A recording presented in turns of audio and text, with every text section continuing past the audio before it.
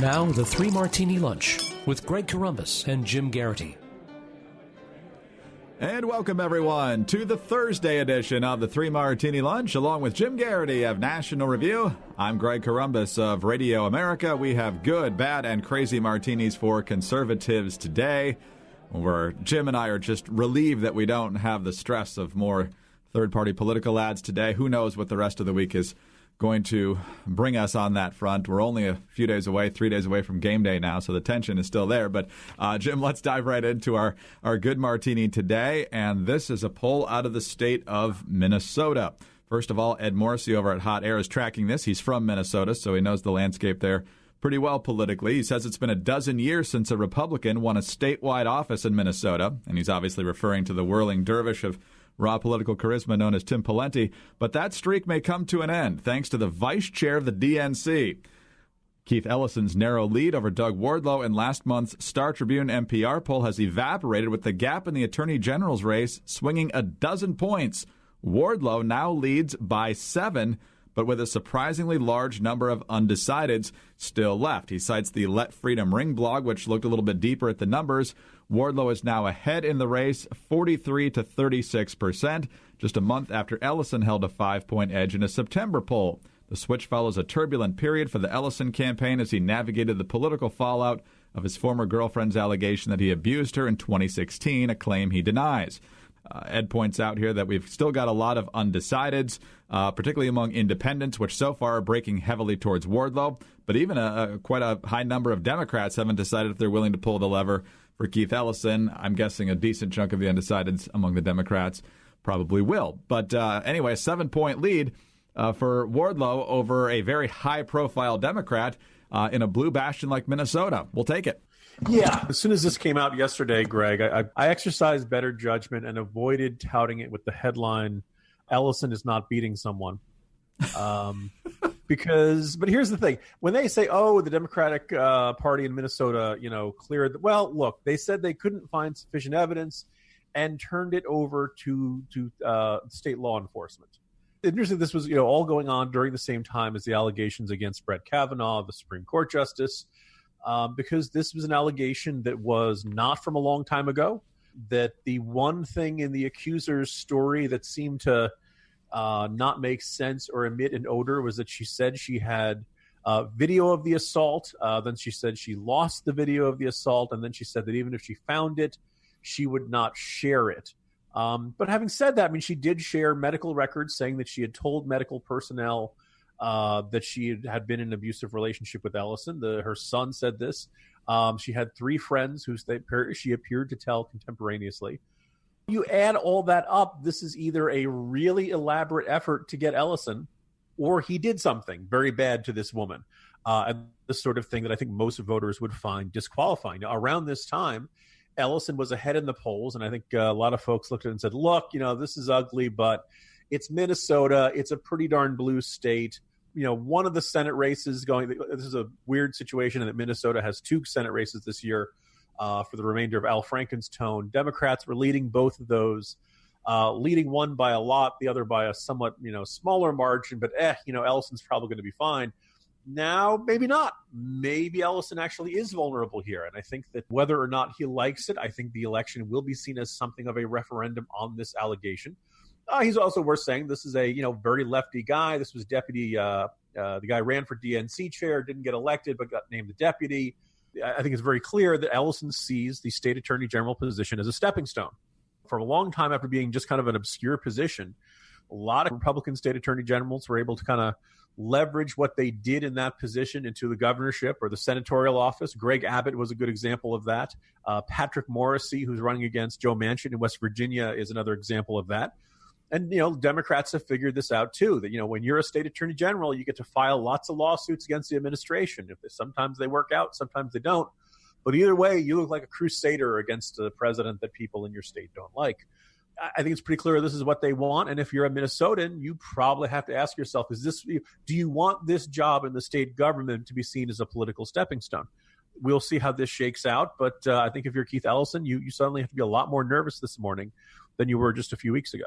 Yeah, and even since the poll was conducted, I believe is what Ed said, there was the debate between Wardlow and Ellison, and Ellison spent a lot of the time explaining how he didn't beat up his girlfriend and wasn't that close to Louis Farrakhan. So when you're spending that much time on those two subjects, it was probably not a good night for you, and I'm guessing it didn't help his numbers too much either.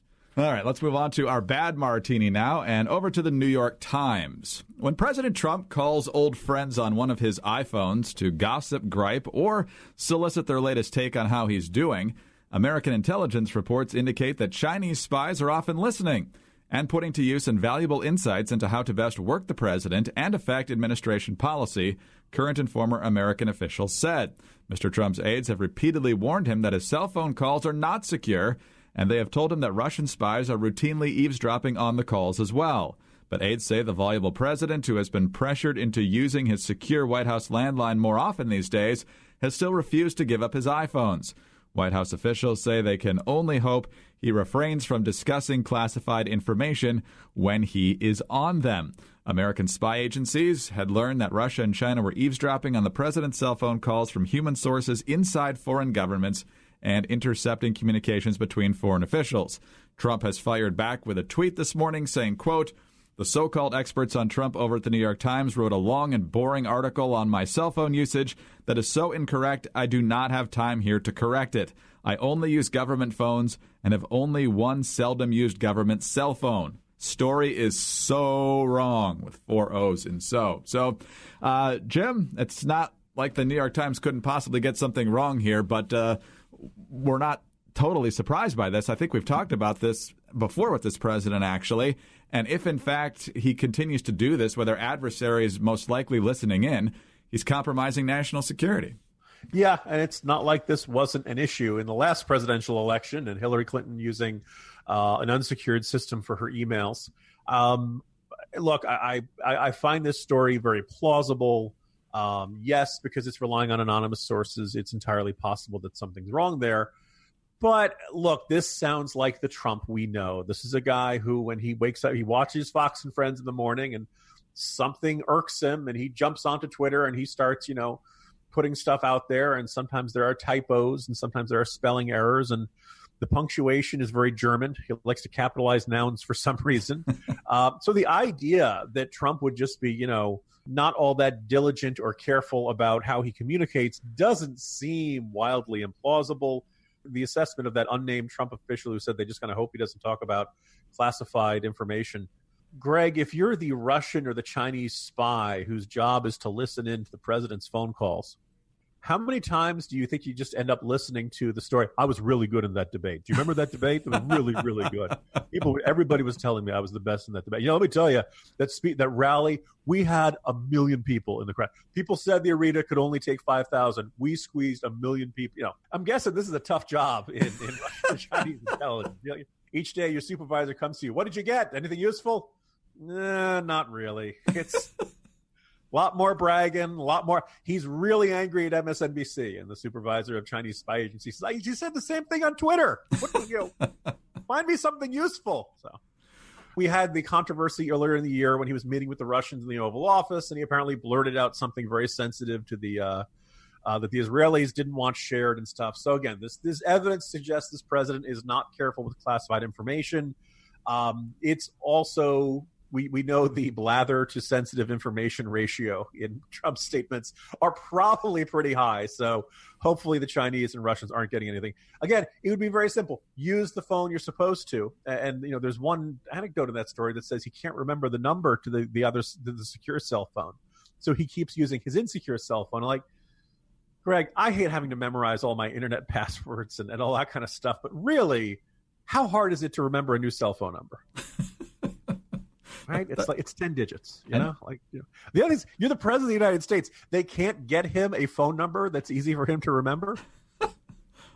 How about, 01234567889? How about that? Does that work? So maybe you get a lot of prank calls that way. But either way, Mr. President, just use the secure phone. It can't be that hard, really. Yes. And you've got a staff to remind you of things.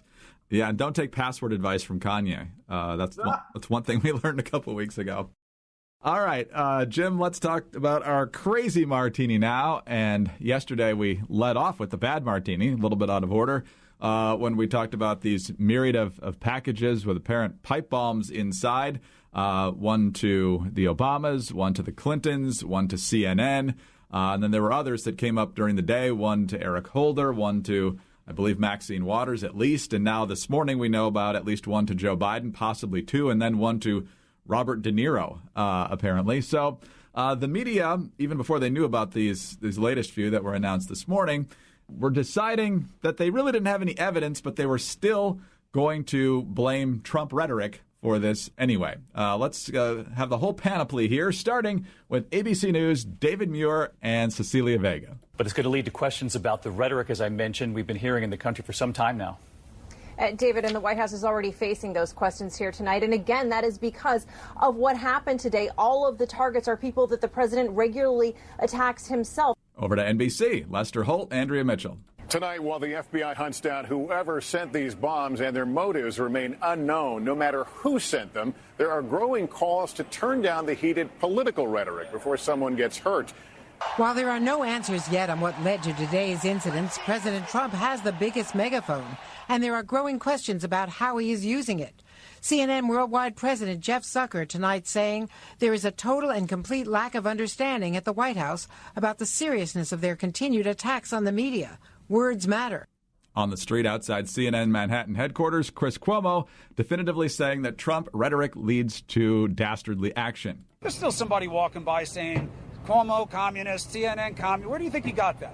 Where do you think that language came from? Nobody ever said that to me pre-Trump. So there is something about the reality that the talk creates action. Then both Cuomo and Brian Stelter on CNN going full Bill Clinton after Oklahoma City and blaming rhetoric from the right. Stelter first. There's no reason to assume motives, to assume anything at this point. But we do know what all of these targets have in common. These are all targets that have been criticized mercilessly by right-wing outlets, by fringe groups on the internet, and by some right-wing commentators. The idea of lying, right, twisting what is said, to make you an inimical factor in American society. It's not just you're wrong. It's not just you're inaccurate. It's you're a bad person. You're not American. And there are a lot of these outlets that do that. And they are almost all exclusively on the right and the far right fringe. These guys are just unbelievable, Jim. Yes, the rhetoric is toxic, but it's clearly on both sides. They don't remember the baseball shooting last year. They don't remember Rand Paul getting attacked. They don't remember the firebombing in the North Carolina Republican headquarters. And I know you love the fact where they start each sentence with, we don't have any facts, but.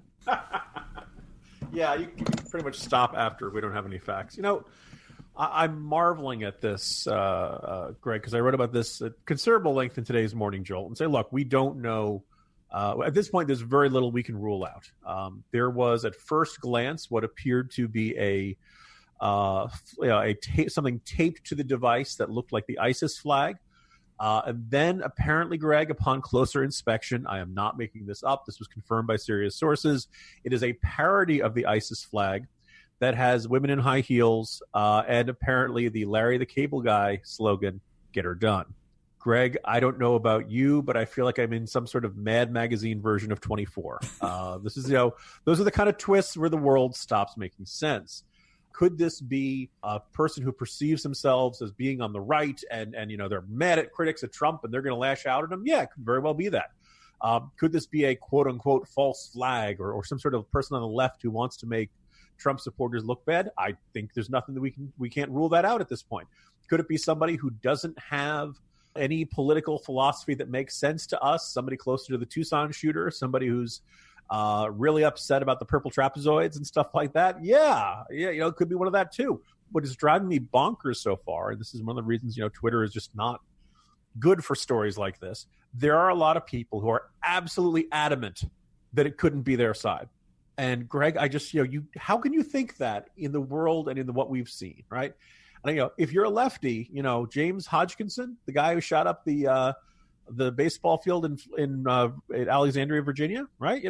I went down the list and I put out a tweet because I listed a whole bunch of people who have committed political violence over the last 10, 20 years.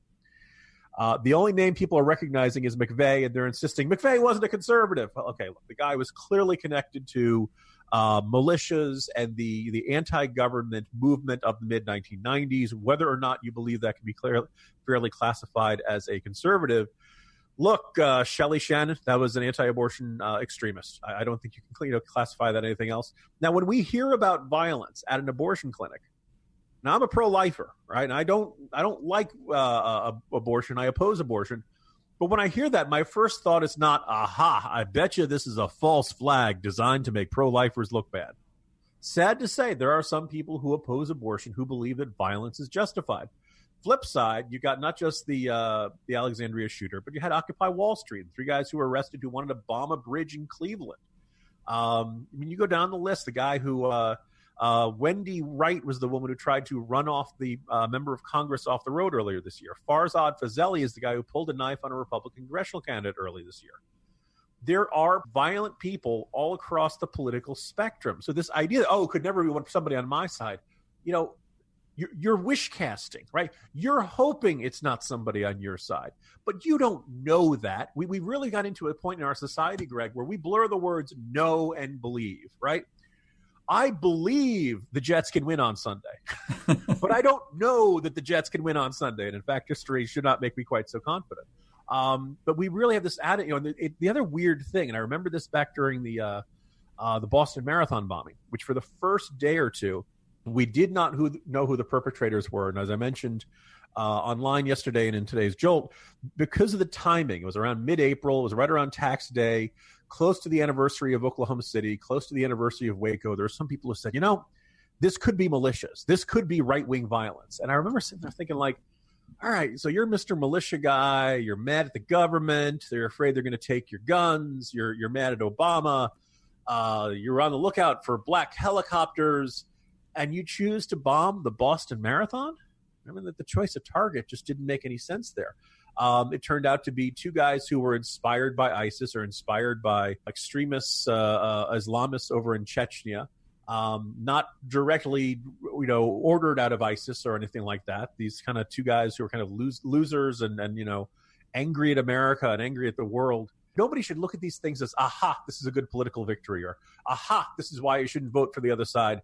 The other side is full of terrorists or something like that. It's a temptation that these folks just can't seem to resist, Greg. They just the moment something like this happens, they have to figure out how can we maximize our political leverage of this. And, it's one of the reasons people get extraordinarily frustrated with the state of the discourse in this country. Absolutely right. And you're absolutely right to point out that the evidence-free accusations have been flowing from both sides. Plenty on the right were talking about that on Twitter yesterday, too. And as you mentioned, a really good day to stay off of it. Today might be another good one. In fact, some people think every day is a good day to stay off Twitter, but that's a conversation for another day.